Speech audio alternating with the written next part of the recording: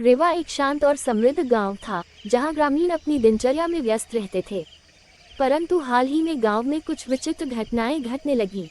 लोगों ने शिकायत की कि उनके परिवार के सदस्य अजीब बीमारियों से ग्रसित हो रहे हैं और कई चिकित्सकों को दिखाने के बावजूद कोई भी उन्हें ठीक नहीं कर पा रहा था। इसी बीच गांव में वीर और मुनीलाल नाम के दो व्यक्ति चर्चा में आ गए। ग्रामीणों का मानना था कि ये दोनों कुछ गुप्त शक्तियों का प्रयोग कर रहे थे, जिससे लोग बीमार हो रहे थे। कई परिचितों ने कोशिश की कि इस रहस्य से पर्दा उठाया जाए, लेकिन हर प्रयास नाकाम रहा।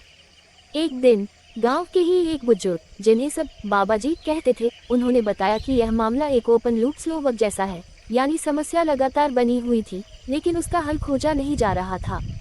उन्होंने गांव वालों को संगठित होकर समस्या का सामना करने का सुझाव दिया। इस बीच रेवा में एक आधुनिक नाटक का आयोजन किया गया, जिसमें सिंधी समुदाय की संस्कृति को दर्शाया गया।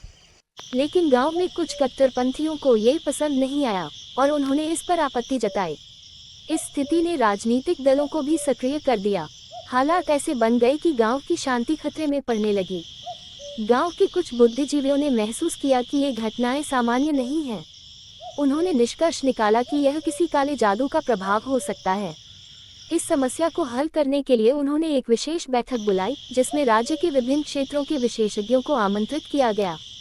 इस बैठक में हजारीबाग अखाड़ा समिति के कुछ अनुभवी लोगों ने सुझाव दिया कि रेवा में फैली इस समस्या का समाधान खोजने के लिए पौराणिक मंत्रों और प्राकृतिक चिकित्सा का सहारा लिया जाए।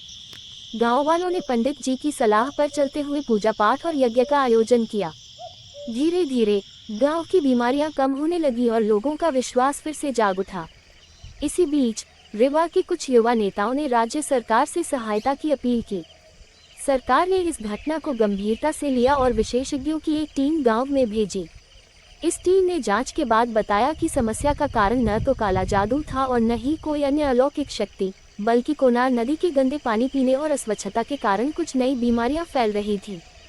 सरकार ने तुरंत रेवा में स्वच्छ जल आपूर्ति की व्यवस्था की और गांव में स्वच्छता अभियान चलाया। कुछ ही महीनों में गांव फिर से स्वस्थ और खुशहाल हो गया। इस घटना ने गांव वालों को एक महत्वपूर्ण सीख दी कि किसी भी समस्या का हल अफवाहों से नहीं, बल्कि ज्ञान, वैज्ञानिक दृष्टिकोण और एकजुटता से संभव है। रेवा की यह कहानी हमें ये भी सिखाती है कि कठिनाइयों में घबराने के बजाय हमें सही समाधान